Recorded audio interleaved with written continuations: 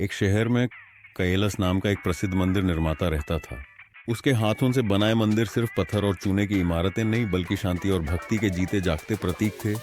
लोग कहते थे कि कैलास पत्थरों में प्राण फूंक देता है।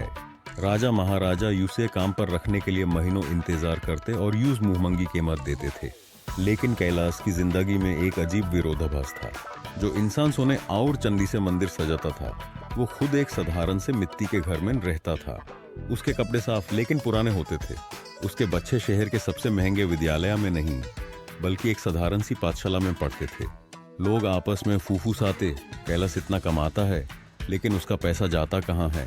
क्या ये कोई बुरी आदत है या वो हद से ज्यादा कंजूस है? ये कहानी उस दिन की है जब कैलास ने शहर का सबसे विशाल सूर्य मंदिर का काम पूरा किया। राजा ने खुश होकर उसे इनाम में सोने के सिक्कों से भरी 2 एथलियन दीन, पूरे 200 सोने के सिक्के। यानी बुनेसिस, ये उसकी अब तक की सबसे बड़ी कमाई थी। उसके कारीगर, पत्थर के आपूर्तिकर्ता, रंगरेज सभी उसके घर के बाहर इकट्ठा हो गए अपनी मेहनत का पैसा लेने के लिए। उन्हें लगा आज तो कैलास सबको दावत देगा, लेकिन कैलास ने किसकी तरफ नहीं देखा। वो सीधा अपने घर के अंदर चला गया। सबसे पहले वो अपने कमरे के एक गुप्त तहखाने में गया। उस तहखाने में एक छोटा सा लेकिन बहुत मजबूत लोहे का संदूक था। उसने 200 सिक्कों में से 20 सिक्के, पूरा 10% अलग निकाले। उसने उन सिक्कों को अपने हाथ में थामा, अपनी आंखें बंद की और कुछ पल शांत रही। फिर उसने वो 20 सिक्के उस संदूक में डाल दिए और संदूक पर ताला लगाते हुए वो हर बार खुद से कहता, ये उस कैलास के लिए है जो आज से 20 साल बाद इस दुनिया में होगा। ये मेरे भविष्य की तनख्वाह है, ये मेरे आजाद भविष्य की पहली एंत है।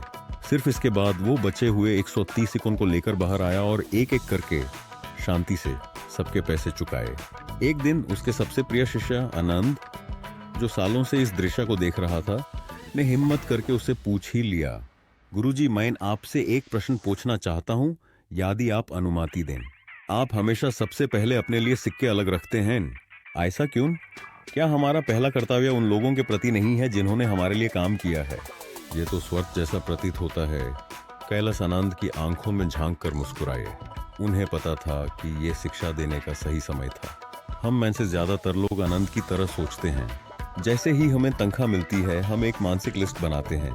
घर का किराया, बच्चों की स्कूल फीस, 4 की EMI, क्रेडिट कार्ड का बिल, ग्रोसरी, बिजली का बिल, फोन का बिल, थोड़ा एंटरटेनमेंट। ये सब कुछ पे करने के बाद महीने के अंत में जो थोड़ा बहुत बच जाता है, हम सोचते हैं चलो इससे बचा लेते हैं। लेकिन अक्सर बचता ही क्या है? कुछ नहीं। हम पहले दूसरों को पे करते हैं, अपने लैंडलॉर्ड को, बैंक को, क्रेडिट कार्ड कंपनी को, सरकार को। हम सबको उनके भविष्य के लिए अमीर बनाते हैं और सबसे आखिर में अपने आप को पे करते हैं। ये पे योरसेल्फ लास्ट का फॉर्मूला है और ये फॉर्मूला जिंदगी भर पैसे के लिए काम करने की गारंटी है। कैलास का नियम पे योरसेल्फ फर्स्ट कहता है कि आपकी कमाई पर सबसे पहला हक किसी और का नहीं, आपके अपने भविष्य का है। जैसे ही आपको तनख्वाह मिले, चाहे वो 10,000 हो या 10 लाख, उसमें से एक तय हिस्सा 10%, 15% या 20% सबसे पहले अलग निकल लो। ये पैसा आपके इन्वेस्टमेंट्स में जाना चाहिए। ये कैलास लाए का गुप्त संदूक है। इस पैसे को आप छू नहीं सकते। ये आपके लिए इनविजिबल हो जाना नोश। और फिर जो बचे उससे अपने सारे खर्च पूरे करो। अब एक मन से कुछ लोग कहेंगे, ये कहना आसान है, करना मुश्किल। मेरे खर्च ही इतने हैं कि 10% बचाना नामुमकिन है। यही इस नियम का असली जादू है। जब आपके पास खर्च करने के लिए कम पैसे होते हैं तो आपका दिमाग उस समस्या का हल निकलने पर मजबूर हो जाता है। आप अपने खर्चों को ट्रैक करना शुरू करते हैं। आपको एहसास होता है कि आप कितना पैसा ऐसी चीज़ों पर खर्च कर रहे थे जिनकी आपको ज़रूरत भी नहीं। आप महंगे रेस्टोरेंट में खाना कम कर देते हैं। आप ऑनलाइन शॉपिंग थोड़ी सोच समझ कर करते हैं। आप अपने लाइफस्टाइल को बचे हुए पैसों में फिट करना सीख जाते हैं। यह नियम आपको कंजूस नहीं बल्कि कॉन्शियस स्पेंडर यानी एक जागरूक खर्च करने वाला बनाता है। अब वापस चलते हैं कैलास और आनंद के पास। कैलास ने आनंद को समझाया, बेटा, जब मैं 10% पहले अपने लिए निकलता हूँ तो मैं अपने भविष्य को एक जिम्मेदारी, एक बिल बना देता हूँ, बिल्कुल किराए या EMI की तरह। और ये सबसे ज़रूरी बिल है। सोचो, अगर मैं पहले सबको पे कर दूं और अंत में मेरे पास अपने लिए कुछ न बचे तो इसका क्या मतलब हुआ? इसका मतलब मैं हमेशा दूसरों के सपने पूरे करने के लिए काम करता रहूंगा। और मेरा अपना सपना एक शांत और आज़ाद जीवन का कभी पूरा नहीं होगा। बचे हुए 20 सिक्कों से मैं बाकी सबको पे करता हूँ, और अगर वो कम पड़ते हैं तो ये मुझे और बेहतर और कुशल बनने के लिए प्रेरित करता है, ताकि मैं अगले काम से और ज़्यादा कमा सकूं। ये मुझे आलसी नहीं बल्कि और ज़्यादा मेहनती और क्रिएटिव बनाता है। सालों बाद जब कैलाश ने काम करना बंद कर दिया, तब उसने अपना वो गुप्त संदूक खोला। वो सिक्कों से छलक रहा था। उसने उन सिक्कों से एक आश्रम बनवाया जहां वो युवा कारीगरों को मंदिर निर्माण की कला मुफ्त में सिखाता था। उसने एक ऐसा भविष्य बनाया जहां यूज पैसे के लिए काम करने की ज़रूरत नहीं थी, बल्कि अब पैसा उसके लिए काम कर रहा था।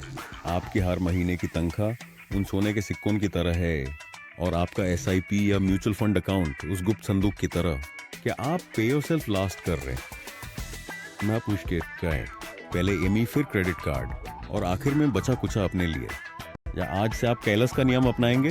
पे योरसेल्फ फर्स्ट। जैसे ही तनख्वाह आए, पहला 10% अपने भविष्य के नाम, अपने सिप के नाम। इसे ऑटोमेट कर दीजिए ताकि आपको इसके बारे में सोचना भी ना पड़े। बाद में दुनिया, ये एक छोटा सा बदलाव है, लेकिन ये साधारण और अमीरी की जिंदगी के बीच का सबसे बड़ा अंतर है। अपनी कमाई पर पहला हक आपके भविष्य का है। आज ही उसे ये हक दीजिए।